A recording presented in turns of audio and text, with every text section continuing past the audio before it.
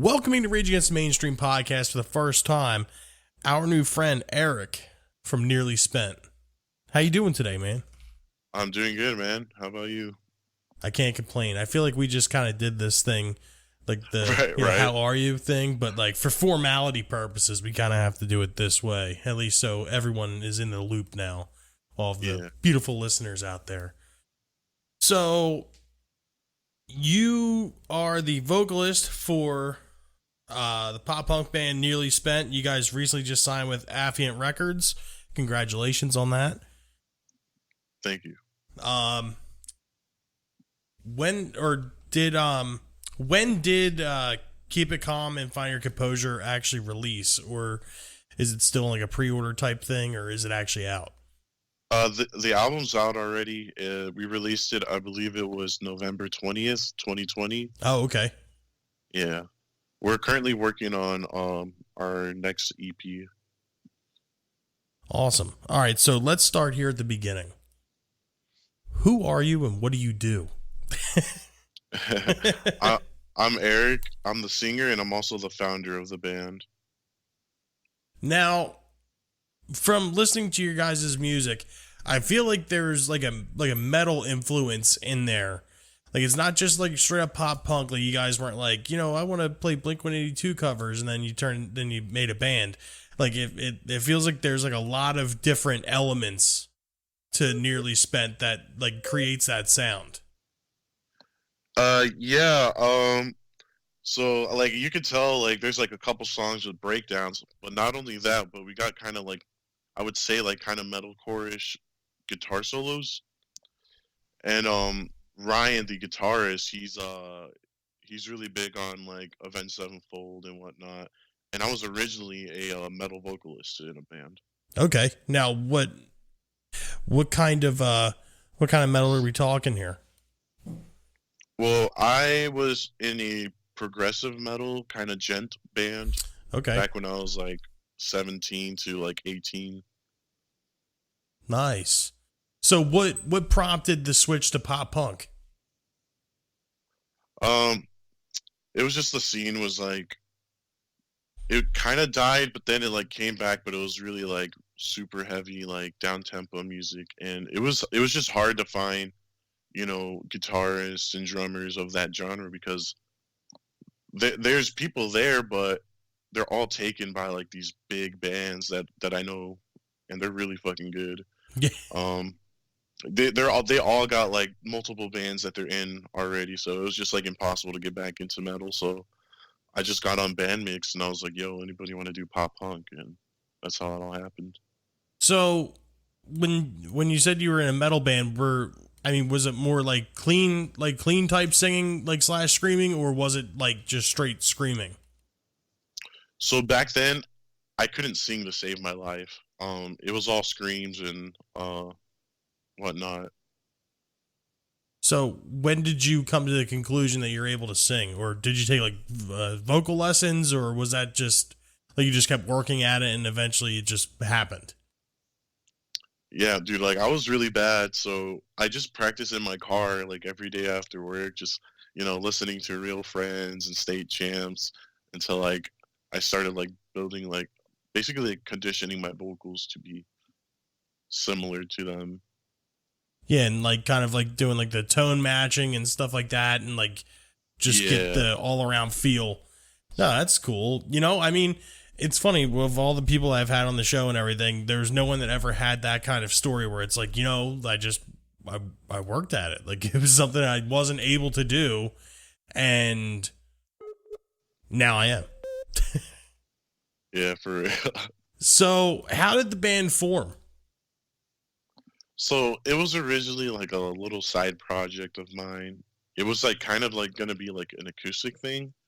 Okay. But so like basically I ended up trying to find people in my area, and that's when I discovered Bandmix. And yeah, it was just crazy. Like one thing led to another, and I just like found everybody within like a month or two. And then we just started like writing music, and then we have like an album ready to record, and we just went for it. That's awesome. So where do like the influences lie for Nearly Spent, or for you in particular? For me, particularly, it would be bands like Real Friends, State Champs, A Day to Remember, Neck Deep, um, Carousel Kings, Belmont. Like it's a big line of like bands that I have influenced. So what was the like, I guess, deciding factor or whatever, that this is something that you wanted to do? Like, you wanted to be a vocalist. Like, how old were you, and what was like the like defining moment where it was like, you know what, this is what I'm doing now? Honestly, since I was like a little kid, but like I like always knew that I wasn't that good at singing, and I was just like, I pushed it to the side after a while. I focused on like art and like digital art and draw like hand drawn stuff. Oh, okay. And then in high school, like I got into bands like Asking Alexandria, Pierce the Veil and stuff, and like I started little bands here and there with some friends, which led to like being in this progressive metal band and whatnot. So was there like a defining like artist or anything like that? Like, was there any band in particular that was just like the come to Jesus moment, or like the, like someone flipped the switch type moment? When it comes to like this band specifically, it would definitely be Real Friends. They helped me out a lot through like depression and whatnot. So going to Keep It Calm and Find Your Composure, about how long did it take to come up with the general idea for the album, and to like actually like sit down, write all the music? What was that whole process like? So it was really just us writing a bunch like, we have a bunch of songs right now. We're just like trying to pick and choose like what we're gonna do with them and stuff. So we like it wasn't last year, it was 2019 when we first like got together. We didn't like announce ourselves as a band yet, but we just started writing and writing and writing, and we just have a bunch of songs laid out, and we were just like, let's just do an album. We just like picked all of our favorite songs and that fit within like the album. So that's basically like what happened. That's pretty cool. So what was the recording process like? I mean, 'cause at this point you guys were like fairly a new band, like kind of, like getting the vibe together and everything. How did the studio process work for that? It was really fast, dude. Like, even our producer was like astonished. He was like, "Yo, like this was like really smooth. Like, you guys already knew what you wanted. You knew what you were doing. Like, we had all these demos laid out for him, and like luckily our guitarist Ryan was like really good on a click, so that really helped the process." That's the thing too that most people don't understand. They think it's just you go into a studio and hit record and everything's going to be fine. But there's so many metrics involved to actually making a good sounding record. And, from a lot of like the bands that, like on like a local level and stuff, like the production values are like garbage. And who produced your guys' album? It was Bill Pogan from Pogue Audio. Okay. Great guy, man. He's an amazing artist and engineer, dude. Yeah, he helped us a lot. It came out extremely good. I'm like a producer, or like a producing like whore, like junkie. Like I love like good production, and like listening to it doesn't sound like every other pop punk band. Like where, it's just like the drums are always in the front of the mix, and the vocals are super loud, and guitars are always like kind of like in the back. Like it just seemed like a very like even cohesive mix. Mm-hmm. So what's the process with this new album? So you guys have had this one out for almost a year now. How's the process writing the second one or the follow-up? Is there any kind of like like, all right, man, well, we really kicked ass on this one, so we have to like one up this, or is it just like just hammering out songs as they come to you guys? So this one, it kind of came as a surprise because I was just like, most of the songs I'm pretty sure are going to be in standard, so it's going to be like not as heavy as the last album, but it's going to be as catchy or even catchier. Nice. But basically what happened, like I started like picking some of the songs we had, and then Ryan even made some new ones, and I was just like listening back and like looking over the lyrics, and I was like, yo, like this could be a cool like concept, like story. And we had this character called Brian for a while, so it's gonna be based off this guy. And basically like his life's like turning upside down. He's just trying to figure himself out. And then he finds like the love of his life and whatnot. That's pretty cool. Like the idea of I've always liked concept albums and the ideas behind them where it's actually like a full story and not like just random sporadic songs that don't make any sense at all. So how many tracks is this album going to be, or you guys still in the process of determining that? So it's going to be 4, but we might add like an instrumental or something in there. So it's going to be like 4 or 5. The Wednesday that just passed, like we were recording our single for the EP, so we're gonna finish that up next Wednesday and try to get a music video out for it. So, nice. So how did the partnership with Affiant come about? From what William told me is like he just found us on Spotify, and I was just kind of like shocked. I was like, yo, like someone actually found us, like it's crazy. Yeah, he said he was like a big fan of like pop punk, and I was like, oh sweet, bro. And we just talked about it. That's funny. I actually recently just interviewed John Carr. I believe he's from your guys' area too. Yeah. Really? Oh, is he? Yeah, but I'm pretty sure he's from oh no, Florida? Never mind. He's from Corpus Christi. I saw Cape Coral and then Corpus Christi. I thought it was the same thing. Oh. That's my bad. But yeah, yeah, duh.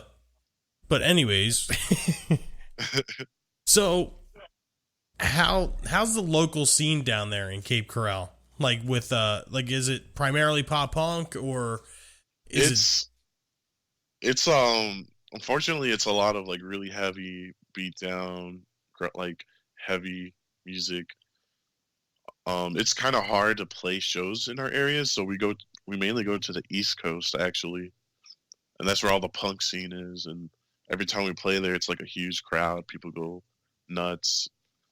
Unfortunately, when we play shows over here in the West Coast, it's just like we set up and people just walk out when we start setting up, and it's just like, damn, they didn't even get to hear us. Yeah, is it? I never understood that. Like, if you're at a show, like I watch, like you're there to watch all the other bands that are there. Yeah, I mean that really sucks.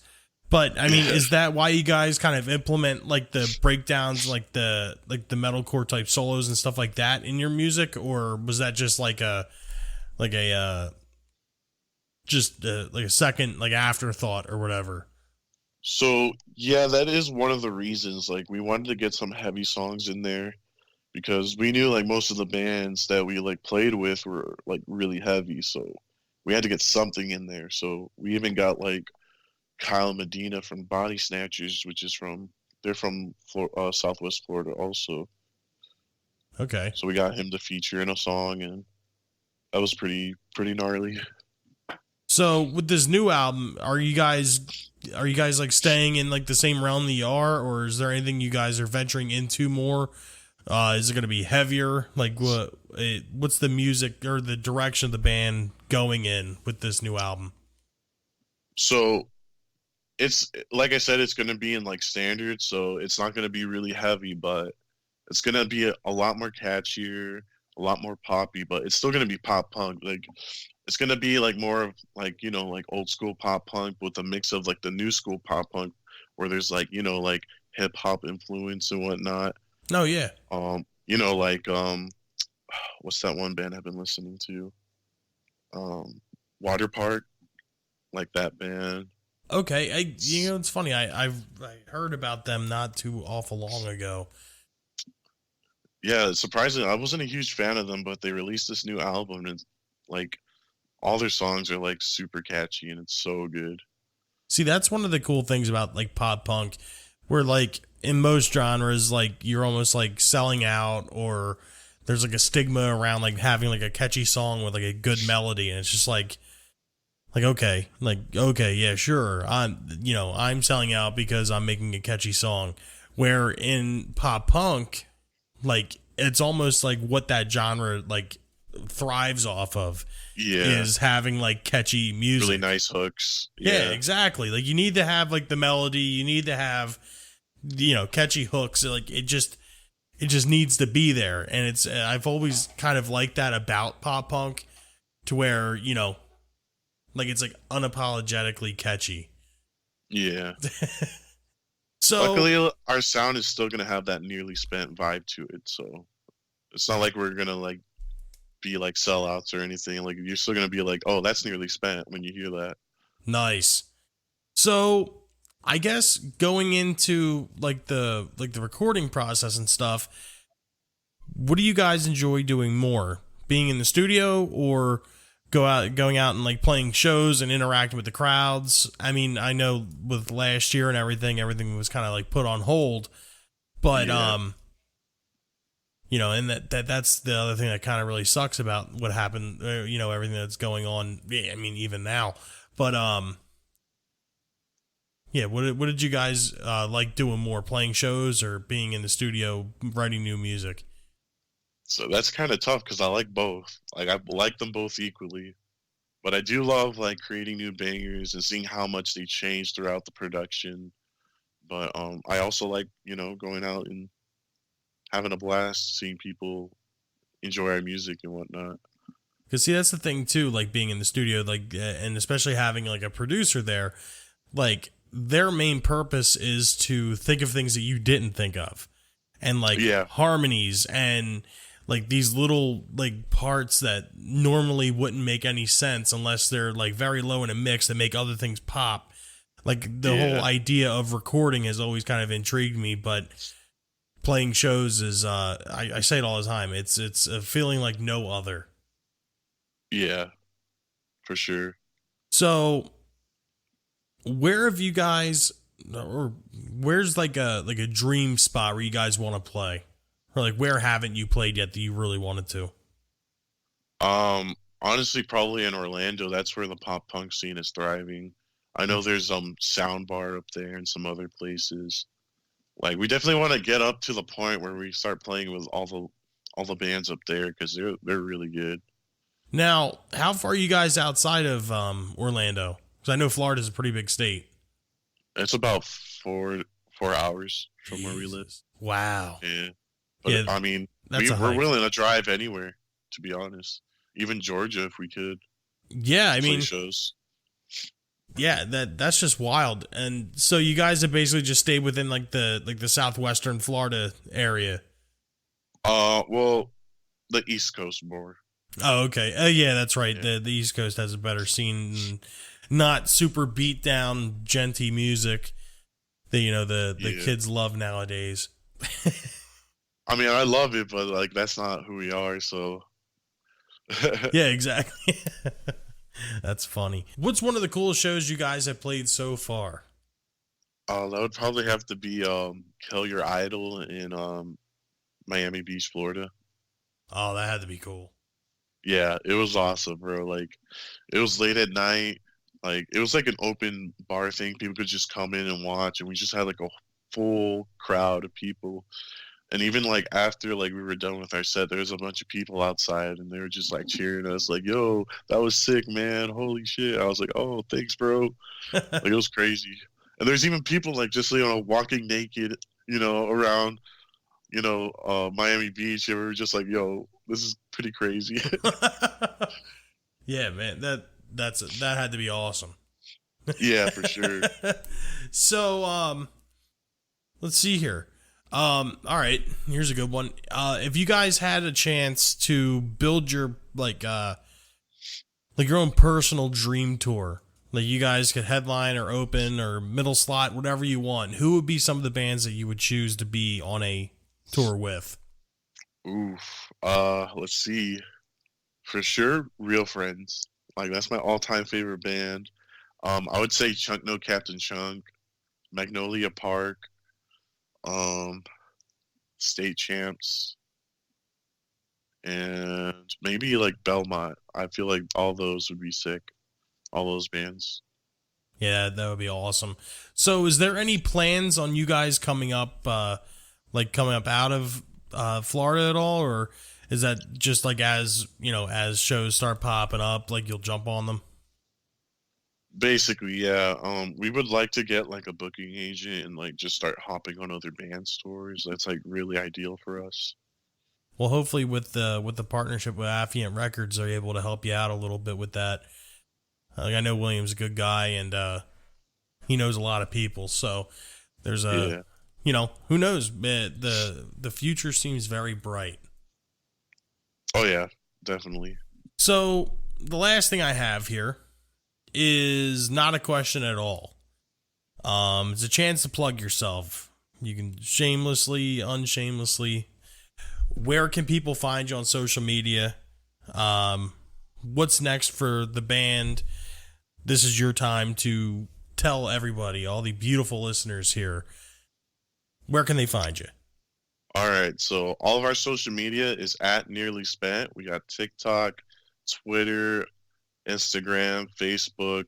We also got a YouTube channel. We might start putting vlogs and stuff up there. And we're currently working on our next EP. It's probably going to be self-titled. I think it just fits with like the whole story of our character and whatnot. And we got a single coming out for you. It's going to be called Hello. Not sure when it's going to come out, but it'll be out very soon. Nice. Actually, TikTok, this is the first interview I've had where someone actually plugged TikTok. Hey man, you gotta work on every platform. Like people make a lot of money on TikTok, We're working on it. Yeah, I mean it is so funny, like when you come to think about it, like TikTok, like everything kind of comes full circle, like back, you remember like Vine. And, the Vine stars, and they all turn into YouTube stars, and now they're all kind of like working back to like TikTok. It's just kind of really funny how like everything comes full circle like that. Yeah. And like, right now, like, I think it's like All Time Low and Simple Plan. They probably made a lot of money on TikTok with these like trends that have been happening. Yeah, it's just wild. I mean, I'm not going to lie. I was a naysayer in the very beginning with TikTok. I was like, no, absolutely not. That's stupid. There's a lot of weird stuff on TikTok. Yeah. It was funny, man. Like, I'm sitting there, I'm like, I'll never get this. Nope, never. And then my wife was just like, just try it. Just go on it. Look at it. And then next thing you know, I'm on TikTok every day. So now I'm going to have to find you guys on there, too, and follow you. Yeah. All right, I would appreciate it. Not a problem, man. So, yeah, this was I enjoyed this. This was a fun conversation. And for all of you listeners out there, don't forget to check out Nearly Spent on all the social media platforms and their YouTube and TikTok. Hopefully we start seeing more of that. And, yeah, everybody, this was Eric from Nearly Spent. I want to thank you so much for coming on, man. Hey, I appreciate it, bro. No problem. Have a good one. All right, you too, man. Later. Hey, this is Eric from Nearly Spent on Rage Against the Mainstream podcast, and you're listening to Blink of an Eye.